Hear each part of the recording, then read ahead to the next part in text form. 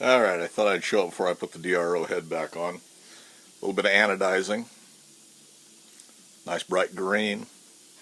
Just trying the colors. This is the green they came up with. So it definitely adds contrast. But we did all our mounting brackets. Up through here. Back here, got stainless hardware on them. Nylon nuts in between. Or nylon washers in between. Had to shave the sides on these bigger washers. And then I've got nylocks to bolt them on with. So that's the way they look. We'll zoom in a little bit on that, on the green there. I will probably repost this on probably a little shop update or something to just show that what I've done with them, because this is more about starting the power drawbar. Well, anyway, I'm going to go ahead, get this mounted back up, and then we'll talk about the drawbar a little bit. Okay, digital readout, up, mounted, running, doing everything it's supposed to do. Let me move this over so we can see the table a little bit better. The other real stellar thing that's more of an accomplishment than that is all of the holes are tapped in the tower. So there's 128 of them, I guess. Anyway, power drawbar. Time to start that project.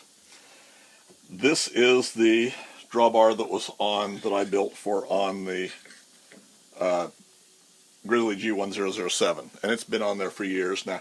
This is the cheap Harbor Freight wrenches, and you know, there's been several guys that have done this. I was looking at John Saunders did a kind of a manual version of it, where you had to pull it down, where this is air activated.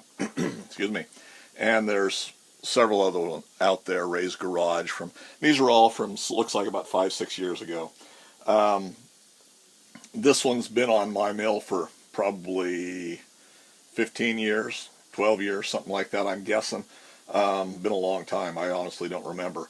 But originally this design came to me from, it was before YouTube was really a thing, and he had his website up. I don't know if it's still there or not.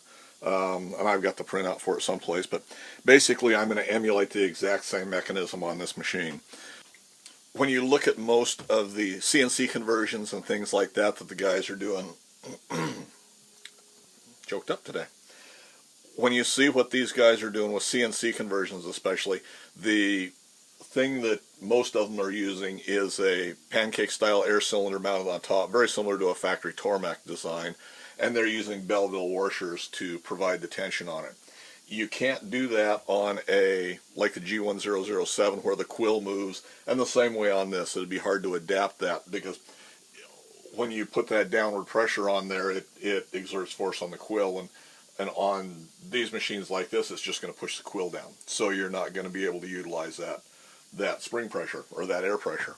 On a CNC conversion where you've taken out the quill and the whole head is your Z-axis movement, then there's enough mass and weight there and everything that you're not going to move the quill. So that works quite well. You know, it's mounted right to the head, and there's no place it can give other than what you design into it. So that's why I've stuck with this design.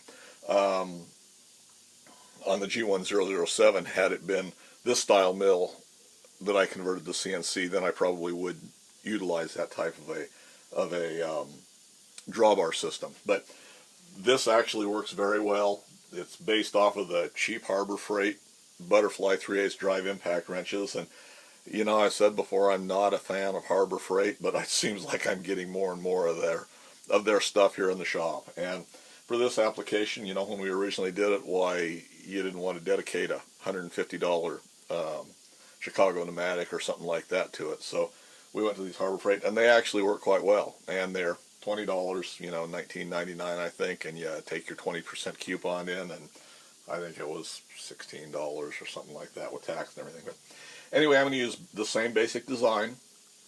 Now what you've seen a lot of guys do is, and the way these work is, with my cylinder, or the way I've activated the cylinder, is it just activates and pushes down, and the whole mechanism works, and at the same time it activates the impact itself. So most of the guys are putting bronze bushings in here. I see John Saunders use linear bearings. I'm going to do one of those things. I'm not sure what. It'll probably just be bronze bushings. This doesn't have any. This is the rod on the aluminum housing itself, and it's held up just fine for all these years. You know, I don't. I'm sure there's some wear in there, but you really don't see it. I mean, there's some markings, and it's still relatively tight. Its alignment's pretty good on it. So, in reality, I see no reason to change it. A lot of different handle designs, and a lot of different ways to plumb in your air systems. On this one, it's been a long time, I've just soldered small copper tube into the, drilled and soldered it into the 90-degree fittings on the top that run down to the controls, and it takes air from there and it puts it into the air cylinder itself. So it works, and I've soldered that. I've necked that down with just a larger piece of tubing, it looks like. Been a long time since I've done this one. I didn't have great hopes for this when I originally built it, because this little air wrench was actually cracked, as I remember. And yeah, it's right here at it was cracked from the very day I got it. And of course I wanted to get this up and running, didn't discover it until I was ready to fit it up. So cracked out through there. It's held up fine, so I can't complain about it. For my air valve, this is what I've done here, and just mounted it on the side, and I've made a fancier little toggle than a lot of guys are using. And there again, I'm going to do basically the same thing. I'll probably mount the controls for in and out, probably right in this area, someplace along there. And I don't know how I'm going to plumb it. I'll have to run more air to the mill than what I've got now. I'll want air for both the power drawbar. At some point I'm going to want it for either a little Noga cool, or, which I don't think so, I think I'm going to use a Fogbuster clone. You know, that'll be a project here before too long, is Fogbusters. We'll build a couple of those.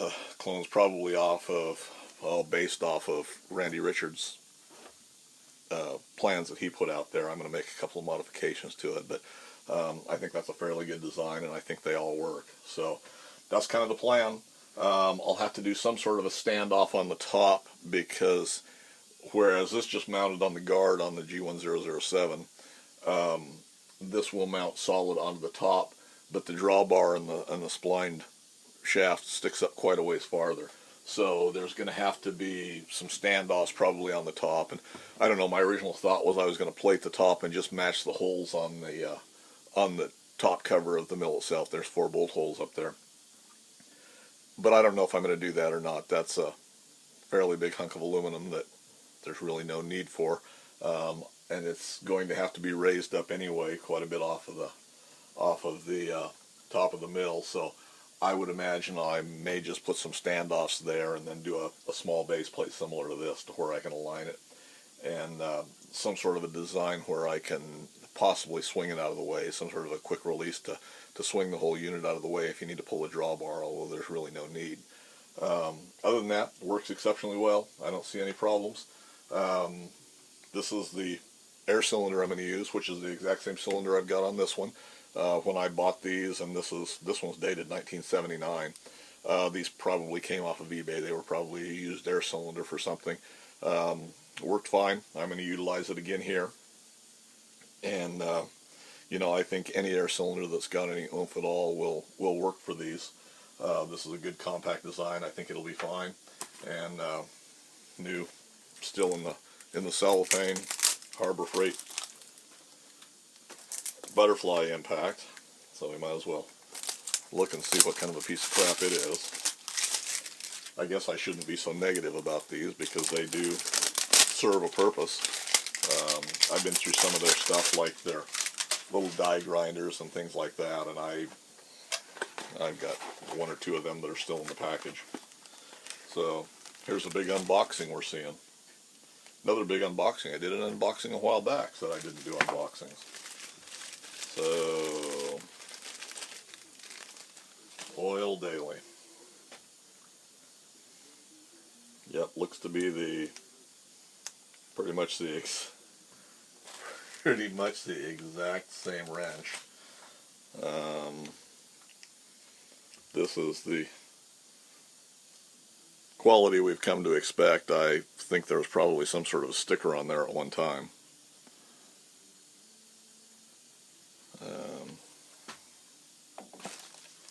That should have been, and bear in mind this was all in the silicone, or in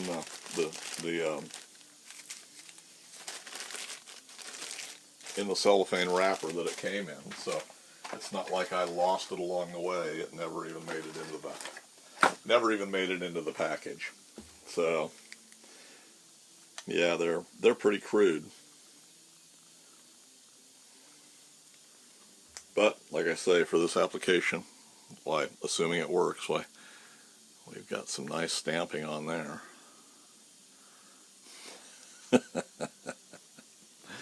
Anyway, I'll put a little air to it off camera, and we'll make sure it actually will run. That sounds pretty bad. We may not be using this one at all. We'll see. But anyway, that's kind of the plan. I'm going to gather up some material to start with, and I'm basically, other than the mounting of the mill itself, I'm going to emulate this one pretty much exactly. Guys have run this poly tubing on back into the air cylinder and things like that. I think I'll probably get some small capillary copper tubing and utilize that. It works fine. I think it's a fairly clean look if you do a halfway decent job of it, and it's all it needs. It's worked for 15 years, however long I've had it, so I can't complain about it. We'll make it look a little bit nicer. I think we can round some edges and clean up things a little bit more than we did on the original one here. We may have to be fancy and anodize some parts up and things like that, since we've got this fine bright green anodize. So that's the plan. Like I say, I'll check this gun out, or this wrench out, and we'll gather up some materials and lay it out, and we'll start machining. Well, it does run.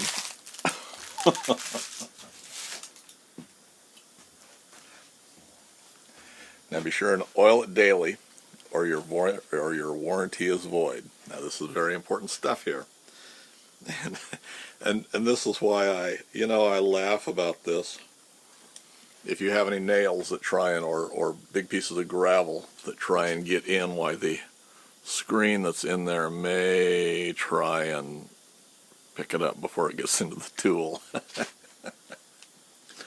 So I laugh and I pick on these. I'm not, there's no quality here, but what do you expect for $20? So if it does the job for this application, which I have no doubt that it will, why, I can't bash it too bad. I don't have a whole lot of respect for it.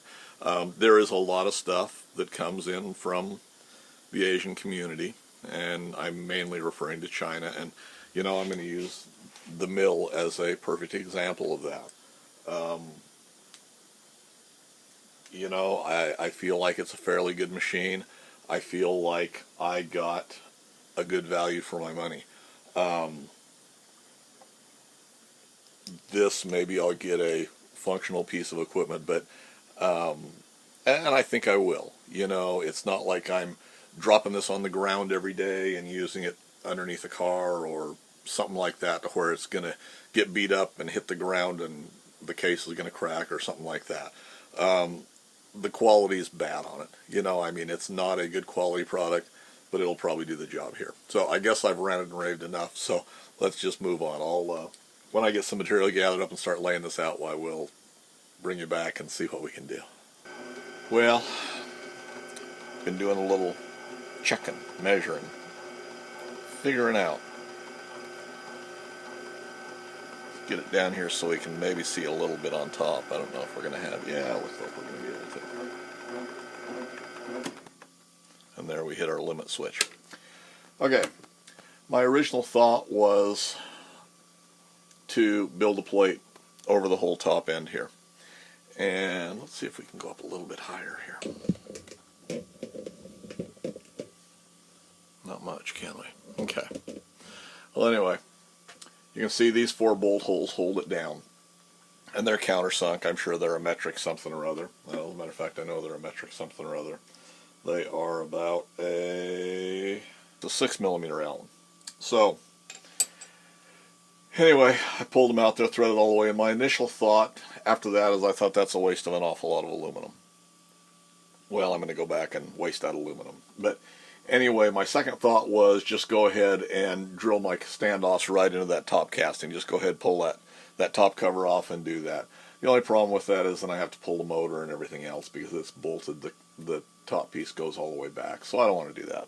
So I don't know if I'm being lazy or not, but I don't want to pull the motor and have to realign everything and do all that. So what I'm going to do is I found a piece of scabby old 5/8 aluminum here. Rough cut, been used for something, got marks on it and everything. So I'll set it up and we'll go ahead and fly cut it top and bottom so we've got a nice fresh surface, and then we'll square it up. And we'll go ahead and drill it for those, and we'll bore it for the centerpiece here. This is our fill plug on top to refill our gear case, so we'll have to put an access hole there. And I see another little, looks like an Allen down here. I don't know if that's a, yeah, that looks like an Allen. I don't know exactly what that holds on, but we'll investigate that. I'll have to leave access for that. But then what I'm going to do is I'm going to get bolts long enough to where I can countersink them into this piece of 5/8 I've got and have them be right. And then down where these are countersunk for right now, I'll go ahead and just turn some bushings to go in there so we come flush. So hopefully we hold the same pressure down on the top of the gearbox as it is with just the bolts going through there. It's probably really not necessary. If I just countersunk them into the 5/8 plate on top and put pressure all the way down with those 4 bolts, it'd probably be the same thing. But we'll go ahead and put a little spacer in there just for the peace of mind.